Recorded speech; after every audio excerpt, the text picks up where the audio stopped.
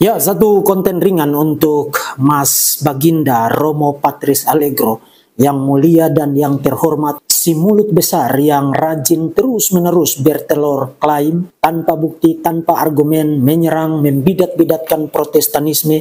Dia hajar terus sampai dengan detik ini di TikTok, di YouTube.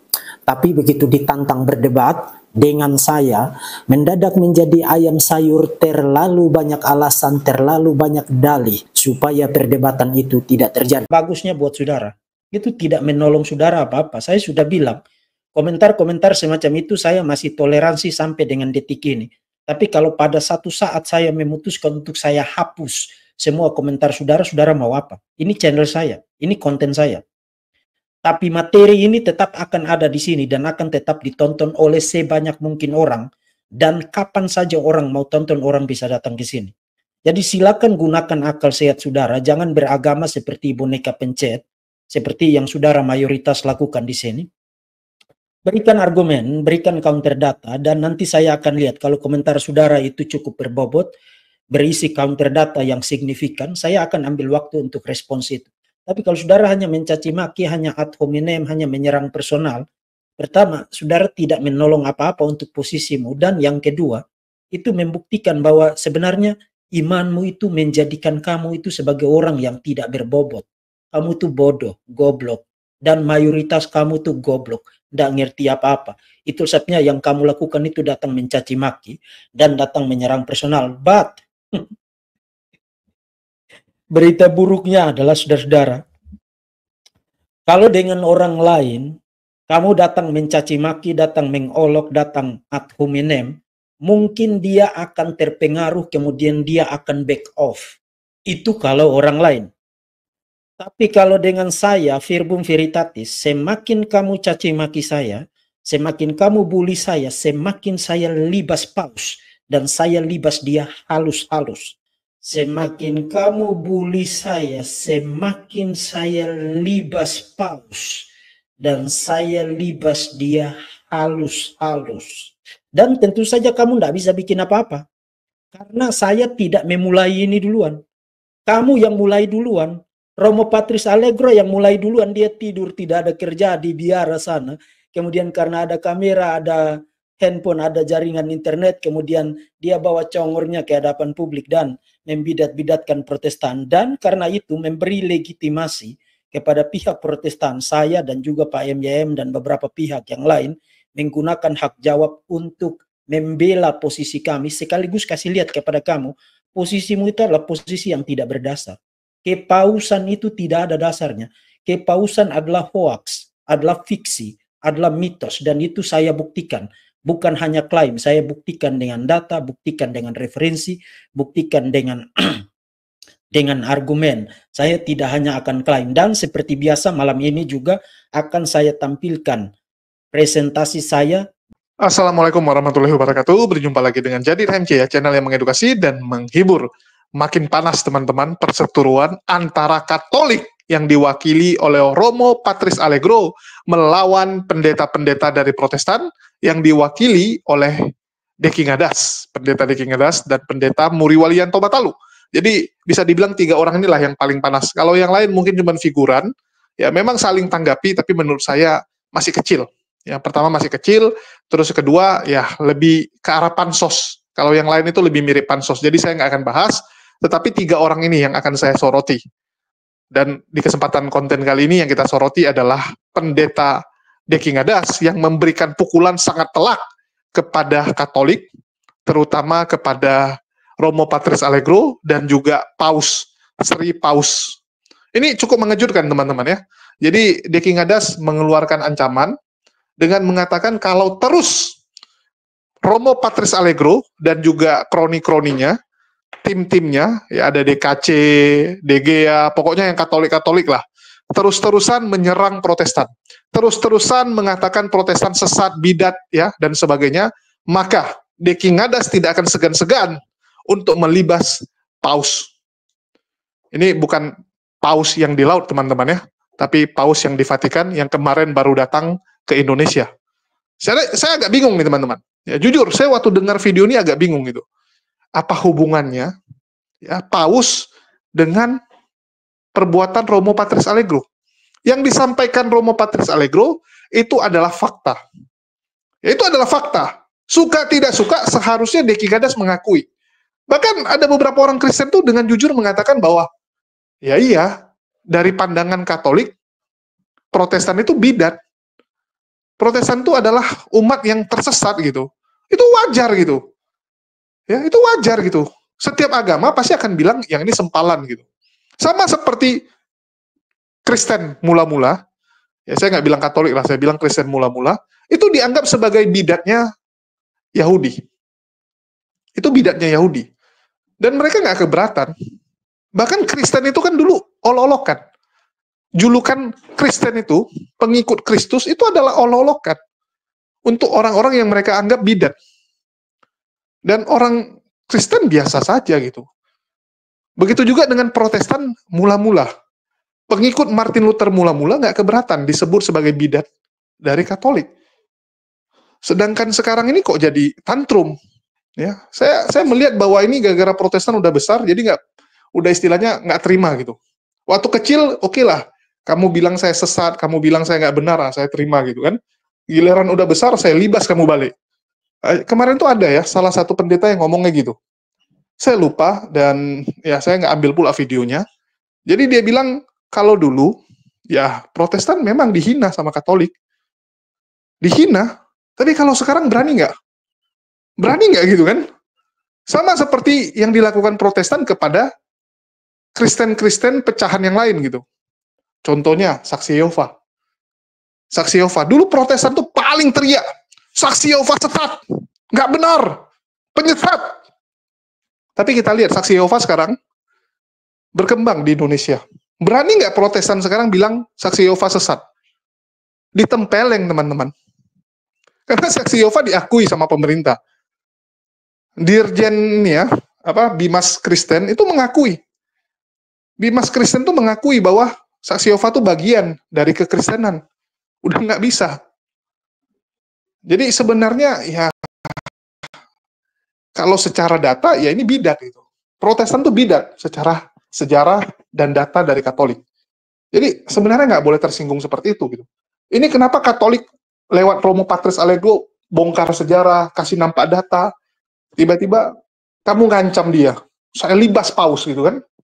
Ya paus nggak ada salah kamu libas, yang benar aja kamu. Kamu berani libas Sri Paus, itu semua orang Katolik yang akan libas kamu. Dan saya jamin, orang Katolik kalau libas kamu mati. Kamu mati pasti. Pendeta Deki Gadas pasti hancur.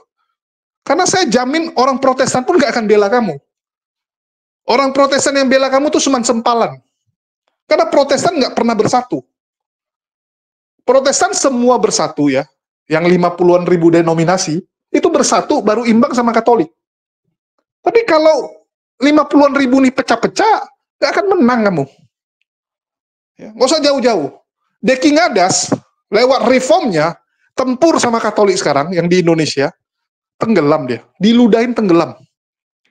Mati tenggelam dengan ludah. Karena Katolik itu satu suara, satu komando. Kardinalnya bilang A mereka semua teman-teman. Ya, kalau uskupnya teriak, ya uskup agungnya teriak, habis kamu.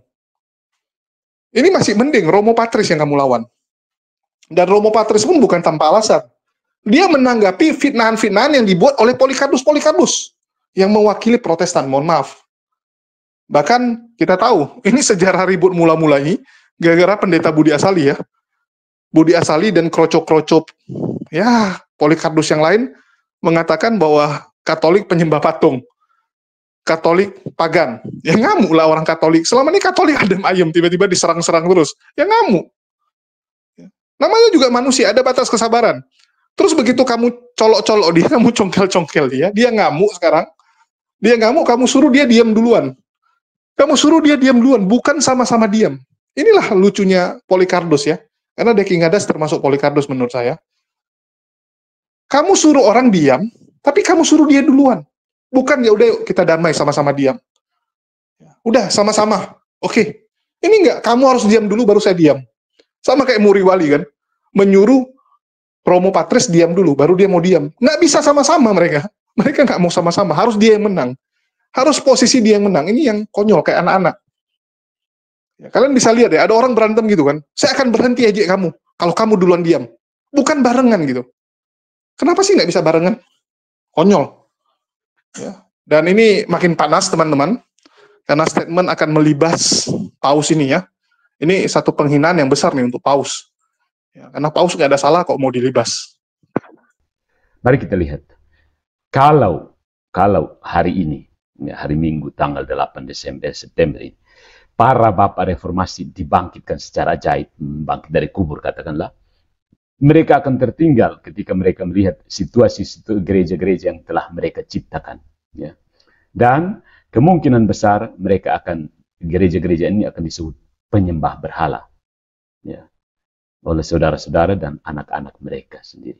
Dan sangat jauh, maksudnya sangat jauh dari apa yang mereka gagaskan dan apa yang terjadi sekarang ini. Ya.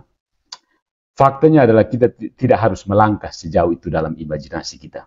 Bandingkan misalnya gereja Metodis, Anglikan, Calvinis, Lutheran, ya di Indonesia kayak Lutheran tidak ada ya. Pokoknya Pentekostal, Oneness, Trinitaria, ya, Saksi Yehova, Mormon apakah ada di Indonesia kita tidak tahu ya.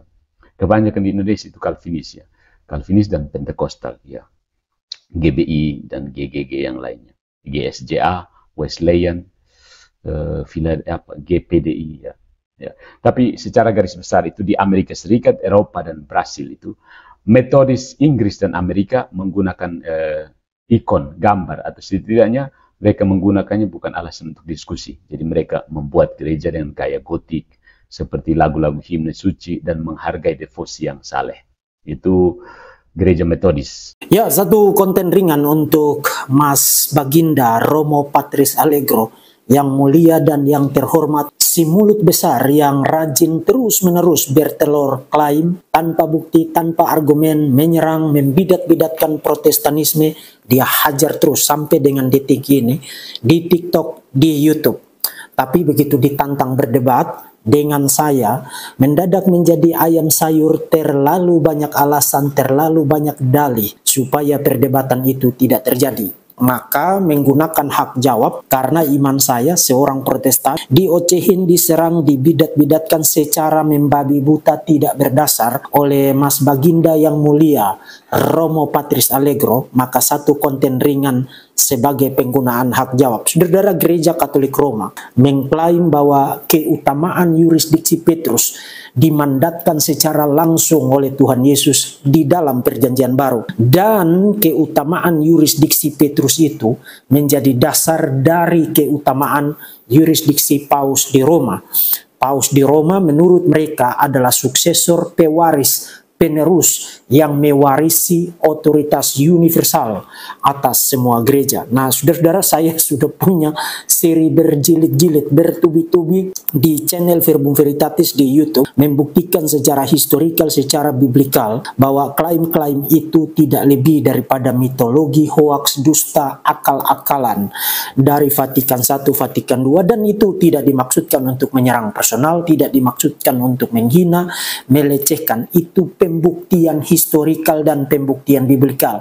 Kalau tidak ada dasarnya kan kita harus bilang tidak ada dasarnya. Kalau itu hoax kan kita harus bilang hoax. Ketika Vatikan I, Vatikan II mengklaim bahwa klaim-klaim keutamaan itu bukan hanya ada di dalam Alkitab, tapi selalu dimengerti demikian di sepanjang sejarah kekristenan, dan kita sudah buktikan klaim semacam itu tidak ada di dalam sejarah kekristenan. Itu adalah klaim sepihak, self-proclaim dari para uskup di Roma itu sendiri. Dan saya tidak akan ulangi lagi di sini. But ada satu pertanyaan menarik yang harus kita pertimbangkan. Karena kalau saudara dengar apa yang saya mention ringkas tadi, klaim mengenai keutamaan yurisdiksi Petrus dan klaim mengenai keutamaan yurisdiksi Paus di Roma, itu kan sebenarnya dua kelompok ide yang berbeda. Itu dua variabel yang berbeda. Maka pertanyaannya adalah premis apa yang menghubungkan, premis korelatif apa yang mengkaitkan kedua kelompok ide tadi menjadi satu kesatuan ide untuk dogma mengenai kepausan. Nah, pertanyaan ini juga merupakan sesuatu yang natural untuk kita tanyakan, karena begini, kenapa hanya harus eksklusif, hanya boleh paus di Roma yang mengklaim diri sebagai pewaris, suksesor, dan penerus Petrus? Kenapa bukan uskup di Yerusalem, bukan uskup di Lyon, bukan uskup di Kartago, bukan uskup di Konstantinopel, bukan uskup di Antioquia, atau di tempat-tempat lain di wilayah-wilayah kekristenan yang tersebar pada masa itu dan pada masa kini? Kenapa para uskup di tempat lain tidak boleh mengklaim diri sebagai penerus, suksesor, dan pewaris dari Petrus? Kenapa hanya harus eksklusif uskup di Roma? Nah, saudara-saudara, Vatikan I dan Vatikan II tidak menjawab pertanyaan itu. Vatikan I, Vatikan II hanya bertelur klaim, seperti ayam petelur, menelurkan klaim bahwa keutamaan yurisdiksi Petrus diberikan secara langsung Tuhan Yesus kepada Petrus di dalam perjanjian baru, dan itu menjadi dasar untuk klaim mengenai keutamaan yurisdiksi paus di Roma. Hanya menelurkan klaim. But kalau saudara baca literatur kesarjanaan Katolik Roma, untuk keringkasan waktu saya kutip bagi saudara salah satunya saja. Yang sekarang saudara lihat di screen itu berasal dari John O'Malley. Dia seorang historian, seorang sejarawan Katolik yang well known, sangat terkenal, mengatakan bahwa semua klaim selanjutnya mengenai keutamaan kepausan dalam gereja Kristen didasarkan atas pelayanan dan kemartiran Petrus di kota Roma. Jadi saudara perhatikan alasan, premis, kriteria yang mereka berikan, ajukan untuk menghubungkan dua kelompok ide tadi. Kriterianya apa? Kriterianya adalah karena tempat pelayanan terakhir Petrus itu di Roma, dan Petrus itu mati martir di kota Roma. Saudara-saudara, secara logis premis itu tidak punya substansi ya, tapi 3 argumen saja, argumen akumulatif, membuktikan bahwa kriteria itu, premis itu adalah sebuah premis halu. Pertama, dan ini yang paling penting ya, Petrine text atau teks-teks utama mengenai Petrus sebagaimana yang dikutip di dalam Vatikan I dan yang diteruskan sampai saat ini oleh para teolog dan para apologis Katolik. 3 yang utama itu Matius 16 ayat 17 sampai 19, kemudian Yohanes pasal 21 ayat 15 sampai 17, dan Lukas pasal yang ke-22 ya. Teks-teks itu di dalam konteksnya, kalau saudara melakukan eksegesis, for the sake of argument, demi argumen, katakanlah oke, kamu memperkosa teks itu sedemikian rupa sampai darinya kamu bisa membuktikan bahwa oh di situ bicara tentang Petrus itu diberikan keutamaan yurisdiksi, diangkat Tuhan Yesus sebagai the prince of the apostle, sebagai gembala universal atas semua gereja. Kalaupun kamu dapat ide itu, which is tidak ada ide itu di sana, tapi for the sake of argument, kalaupun kamu dapat ide itu di sana, kan teks-teks itu sama sekali tidak bicara tentang paus di Roma. Teks-teks itu juga tidak bicara tentang Petrus itu nanti punya suksesor. Dan lebih penting lagi, teks-teks itu tidak berupaya menghubungkan bahwa Petrus punya keutamaan yurisdiksi dengan paus di Roma punya keutamaan yurisdiksi, dan hubungannya adalah karena nanti Petrus akan mati di Roma dan Petrus akan mengakhiri pelayanannya sebagai rasul itu di Roma. Premis korelatif itu completely absent, bukan hanya di dalam perjanjian baru, tapi gereja tidak pernah memahaminya demikian, selain daripada klaim-klaim sendiri, self-proclaim dari para uskup di Roma sepanjang sejarah dan terus-menerus dilawan oleh para uskup dan termasuk bapak-bapak gereja yang lain di sepanjang sejarah di berbagai wilayah kekristenan yang lain. Sebagaimana yang kita lihat di dalam sejarah gereja. Artinya kamu berupaya nyambung-nyambungin sendiri ide dari dua konteks yang sama sekali berbeda, dua variabel yang sama sekali tidak pernah nyatu dan tidak pernah dimaksudkan untuk membentuk ide menyatu mengenai keutamaan kepausan di Roma. Itu yang pertama. Yang kedua, kalau tempat pelayanan terakhir dan tempat kematian seseorang itu menjadi kriteria yang sangat penting untuk keutamaan de primesi, pertanyaan saya itu begini, sebenarnya tempat pelayanan terakhir dan tempat kematian siapa yang jauh lebih penting? Tempat pelayanan terakhir dan tempat kematian Petrus, atau tempat pelayanan terakhir dan tempat kematian Tuhan Yesus Kristus? Nah, kalau kamu itu punya ide tentang Alkitab, tentu kamu akan jawab Tuhan Yesus. Yes, Tuhan Yesus jauh lebih penting dari Petrus.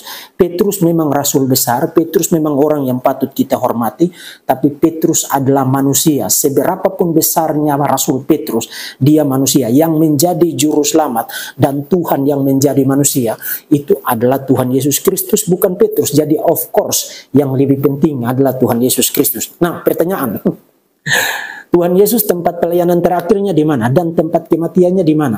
Oh, you tidak perlu menebak. Karena seluruh kisah narasi kitab-kitab Injil mengatakan bahwa klimaks pelayanan misi kemesiasan Yesus sebagai juru selamat bagi seluruh umat manusia terjadi di Yerusalem. Penangkapannya di Yerusalem, pengadilannya di Yerusalem, penganiayaan, penderitaannya di Yerusalem, kematiannya melalui penyaliban juga di Yerusalem, kebangkitannya pada hari yang ketiga juga di Yerusalem, naik ke surga juga di Yerusalem, disaksikan oleh para murid dan juga disaksikan oleh banyak orang. Jadi kalau Yesus mengakhiri pelayanannya sebagai Mesias Juru Selamat di bumi di Yerusalem, dan mati dan bangkit dan naik ke surga di Yerusalem, kenapa? Kenapa di sepanjang sejarah kita tidak pernah mendengar bahwa oh karena dengan demikian itu menjadi kriteria untuk uskup di Yerusalem mengklaim diri sebagai suksesor Tuhan Yesus Kristus, dan karena dia suksesor Tuhan Yesus Kristus, lo bukan suksesor rasul, suksesor Tuhan Yesus Kristus, maka dia punya otoritas sebagai gembala universal, sebagai the prince atas semua wilayah kekristenan yang lain. Kenapa kita tidak pernah dengar begitu? Kenapa kita tidak pernah dengar gereja di Yerusalem mengklaim diri memiliki keutamaan yurisdiksi karena Tuhan Yesus tempat pelayanan terakhir dan tempat kematian, kebangkitan, kenaikannya terjadi di Yerusalem? Why? Jawabannya sederhana. Karena gereja selain daripada klaim-klaim sendiri haus kekuasaan dari para uskup di Roma, karena gereja sadar dan waras untuk tahu bahwa tempat pelayanan terakhir dan tempat kematian itu bukan kriteria untuk klaim keutamaan manapun.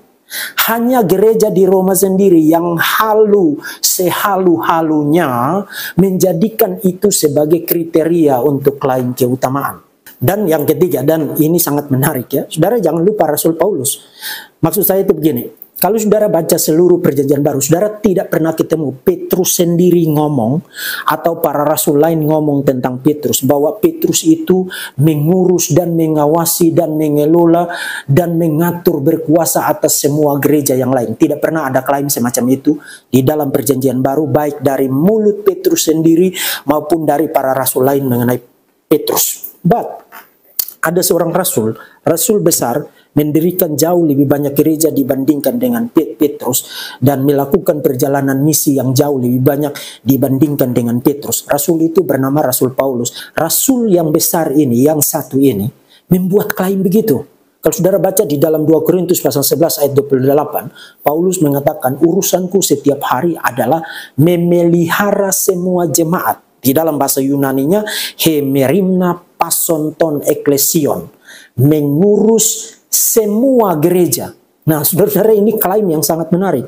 Sangat menarik karena meskipun Paulus membuat klaim yang demikian, tidak pernah ada penafsir, tidak pernah ada orang Kristen membaca klaim itu kemudian berkesimpulan, oke, kalau begitu Paulus mengklaim dirinya sebagai paus, sebagai gembala universal atas semua gereja, sebagai pemimpin guru universal atas semua gereja. No, kalimat itu meskipun berbunyi begitu, memelihara semua gereja, tapi orang tidak membacanya sebagai bukti untuk kepausan Paulus. Why? Karena orang itu waras. Tapi coba bayangkan skenarionya begini.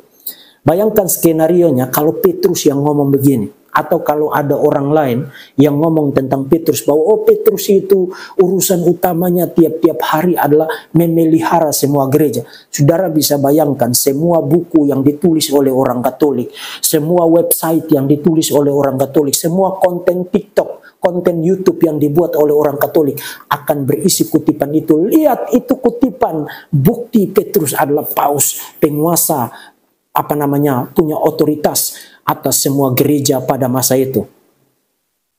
Sayangnya saudara tidak punya klaim begitu tentang Petrus di dalam perjanjian baru. Dan saya percaya itu hikmat dari Roh Kudus supaya mencegah kamu, meminimalisasi kamu, menelurkan klaim yang tidak pernah dimaksudkan di dalam Alkitab mengenai Petrus. But, saudara-saudara, meskipun itu poin menarik untuk poin yang ketiga ini, tapi itu bukan poin utama saya. Poin utama saya itu begini.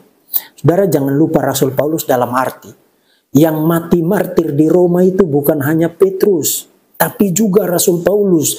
Itu sebabnya kalau saudara baca Irenaeus, Bapak Gereja dari Lyon, pada abad yang kedua berbicara dengan sangat hormat mengenai gereja di Roma.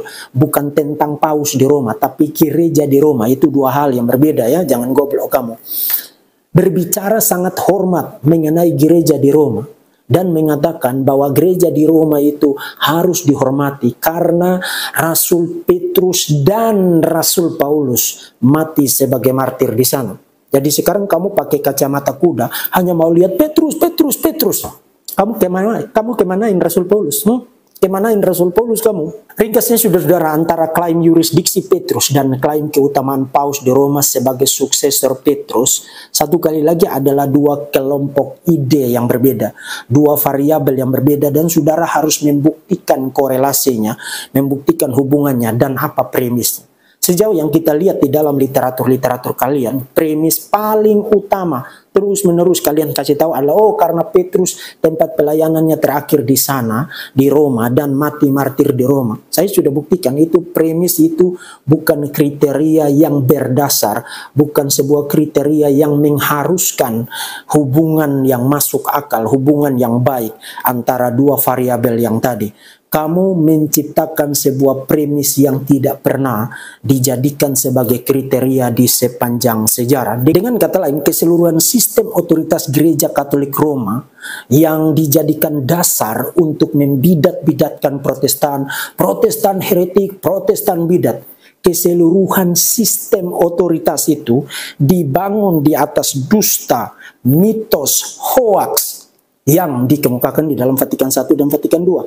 Kamu yang berdusta, kamu yang memberikan kuah kosong, kamu yang memberikan premis omong kosong, lalu gereja Protestan yang bidat. Jadi tampaknya saya harus segera mengakhiri ini dengan satu kali lagi menitipkan salam. Salam untuk Sang Baginda yang mulia, Mas Romo Patris Allegro. Ciri Protestan kami harus menafsir seperti ini dan tidak mengikuti tafsiran yang sudah ada. Protestan mana yang seperti itu ya? Tidak mengikuti tafsiran yang sudah ada, hanya mengikuti tafsiran sendiri. Protestan mana yang begitu ya? Nah ini membuktikan Romo ini bodoh sekali saudara. Saya anggap ini Romo paling bodoh ini. Saya tidak tahu kalau Romo-Romo lain yang teman-temannya itu dengar itu mungkin kasih masukan atau ditegur, ini Romo paling bodoh ini ya saudara. Yang patut dipertanyakan itu, kamu bilang Paus infalibel dalam kapasitas kepausannya ketika mengajar, tapi ternyata Paus-Paus itu bejat hidupnya. Nggak cocok kan? Mereka tidak paham saudara, argumentasi semacam ini mereka tidak paham, dibutakan ya, mereka dibutakan oleh kuasa kegelapan. Sudah dibutakan oleh kuasa kegelapan saudara. Jadi mereka tidak paham argumentasi ketika kita membuka nalar mereka, logik mereka itu tidak bisa saudara, sulit saudara. Pikiran-pikiran seperti ini yang dilawan oleh Luther karena sudah sangat jauh tersesat dari kebenaran Alkitab. Bukan cuma Luther, Arius, Nestorius, bidat-bidat lainnya juga berpikir seperti itu. Kamu sudah sangat jauh dari Alkitab. Tapi maksudnya kami menafsir seperti ini dan kamu harus ikut tafsiran kami. Jangan ikut tafsiran yang sudah ada seperti itu. Ciri Protestan, merasa diri lebih tahu. Merasa diri lebih tahu dari gereja. Padahal dia berhidup berapa tahun.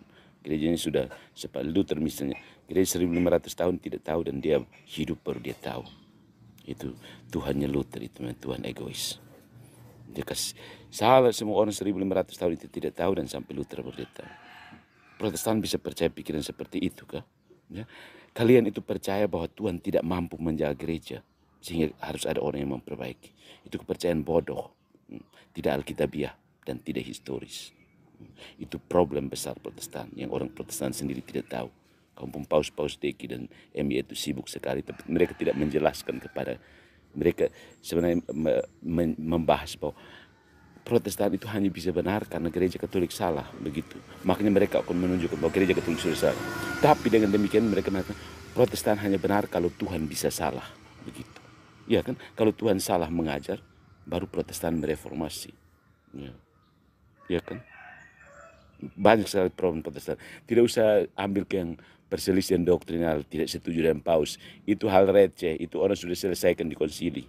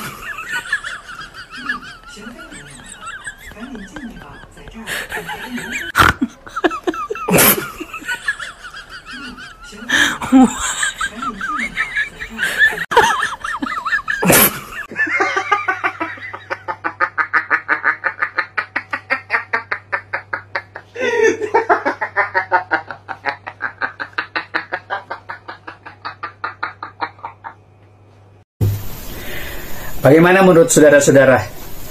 Pantaskah pendeta ini disebut pendeta setan? Tindakan dia itu adalah sebuah tindakan yang memalukan.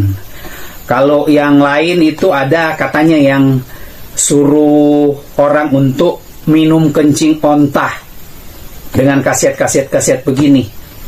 Nah, kalau yang ini disuruh makan rumput dan disuruh minum bensin.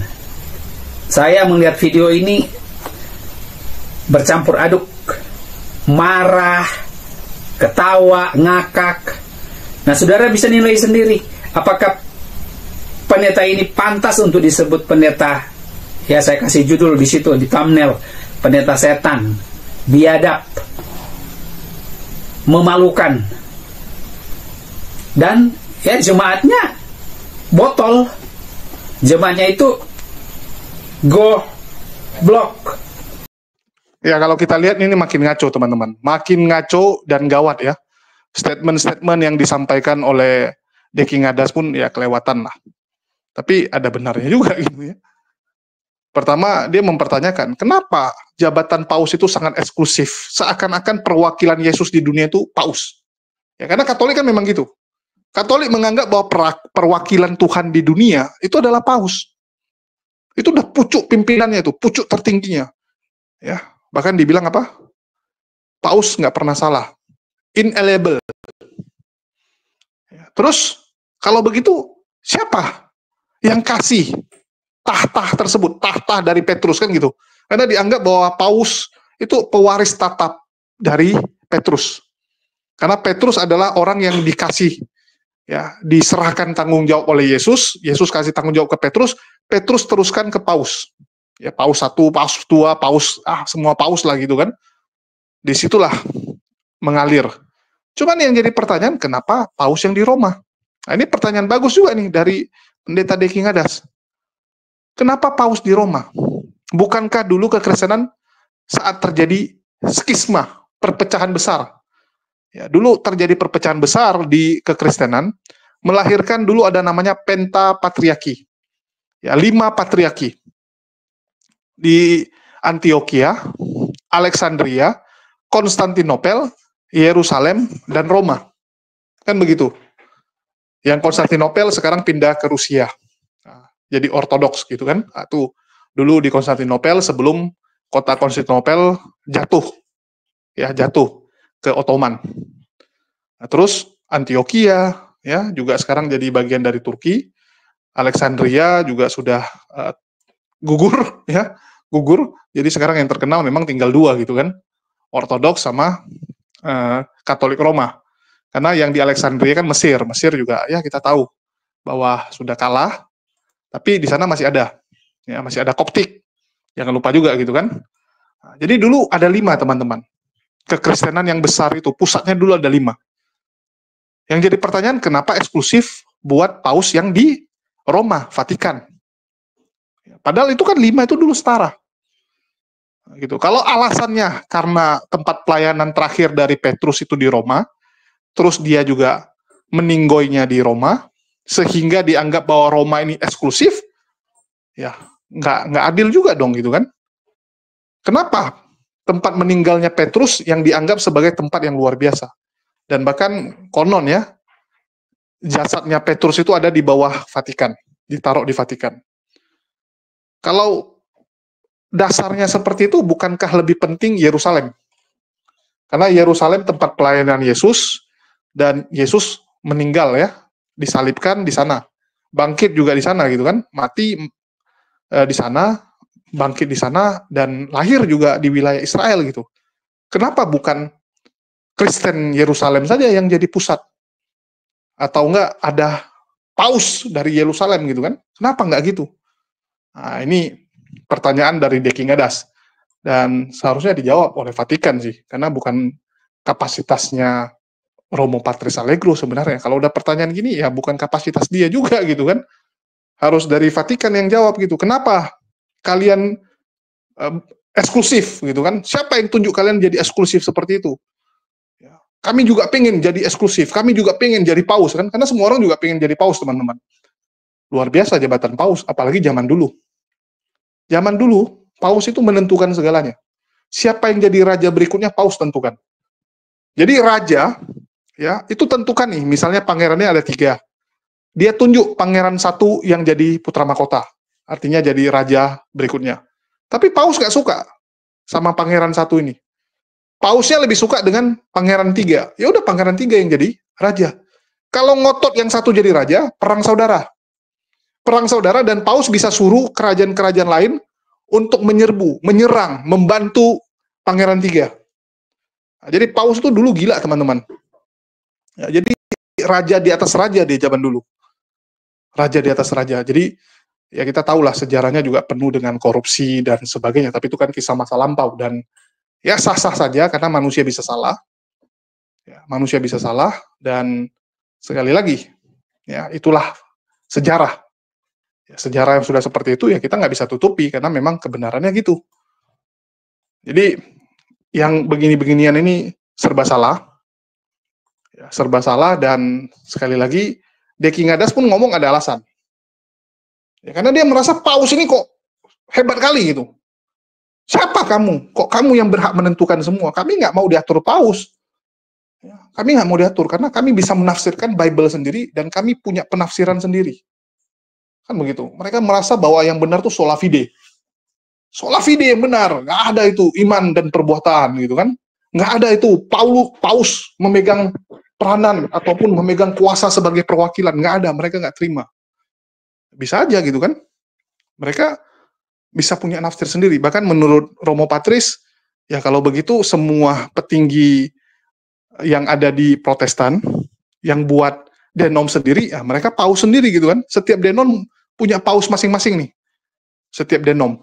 Kalau Deki Ngadas mau jadi paus, ya buat lagi gitu kan, denom baru. Denom Deki Ngadas, pengajarannya dia ubah sedikit.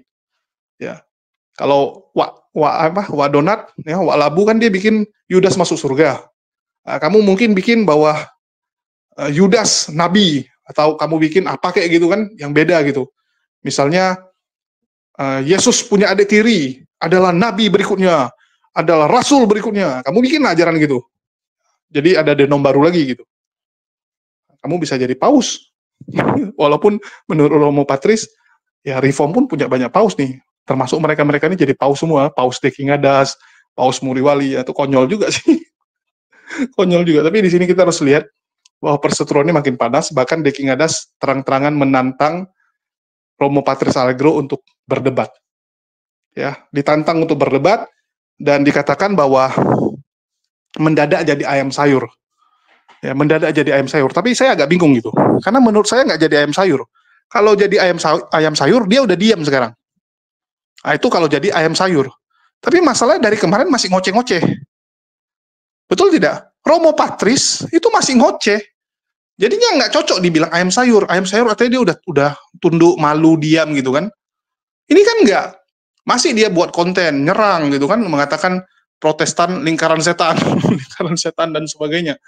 Artinya masih semangat dia untuk menyerang. Belum jadi ayam sayur. Nah, cocok, ini malah fitnah, jatuhnya fitnah nih, kalau menurut saya ya. Mengatakan orang ayam sayur, padahal dia masih semangat untuk terus membongkar Protestan. Ya, karena kalau kita lihat Protestan nih, ya mohon maaf, kalian nggak bisa bantah bahwa Protestan tuh ya protes saja gitu. Terus melakukan protes. Bukti dia melakukan protes apa? Buktinya terus terpecah kan? Terus bermunculan denom-denom baru di Protestan. Muncul pengajaran baru. Bahkan bisa dibilang Deki Ngadas yang sekarang merasa paling benar, bisa jadi nanti ada yang kritik. Bahkan bisa jadi anaknya sendiri nanti kritik, atau cucunya. Cucunya mengkritik bahwa kakeknya tuh dulu salah. Pengajaran yang benar begini. Karena setiap mereka tuh menafsirkan sendiri kok. Nggak ada otoritas, tapi berani menafsirkan sendiri. Gila itu teman-teman. Ya, gila. Oke, mungkin itu aja yang mau saya sampaikan. Terima kasih buat teman-teman semua yang udah nyimak. Dan sekali lagi ya, mohon doanya. Jadi saat konten ini saya tayangkan, ya, saya lagi di posisi sudah di Medan mungkin. Ya, sudah di Medan. Dan mohon doanya untuk perjuangan kita ini. Karena memang bulan 9 ini ya cukup krusial dan mungkin akan lanjut sampai bulan 10. Ya, saya nggak tahu sampai bulan 10, 11 atau sampai bulan 10 doang. Ya, karena ini akan jadi rally panjang, maraton panjang seperti tahun lalu ya. Tapi alhamdulillah pengalaman tahun lalu membuat kita makin kuat untuk menghadapi serangan-serangan Polikarpus. Ya, bagi teman-teman yang belum tahu, ya saya sampaikan bahwa saya kembali dilaporkan. Kembali dilaporkan ke Polda Sumut sama seperti tahun lalu. Ya, entah kenapa sumut-sumut terus nih. Ya, kalian yang tafsirkan sendirilah kenapa sumut-sumut terus yang bisa memanggil saya seperti ini. Ya, terus kalau kita lihat bagaimana fitnahan Polikarpus yang begitu terang-terangan, hujatan mereka yang begitu jelas, kenapa nggak diproses? Bahkan ada yang ngaku pembakar gereja, nah itu aja nggak diproses. Yang hujat secara terang-terangan, yang nginjak kitab suci orang, nggak diproses. Ya, nggak diproses teman-teman, bahkan nggak dipanggil. Kalau saya mungkin karena mereka sayang ya, mereka begitu cinta kepada saya, sehingga saya terus. Ya. Jadi mohon doanya aja teman-teman. Ya, makasih buat teman-teman yang udah nyimak dan mendukung channel ini. Makasih buat semuanya. Di akhir kata saya ucapkan wassalamualaikum warahmatullahi wabarakatuh. Sampai jumpa di lain kesempatan.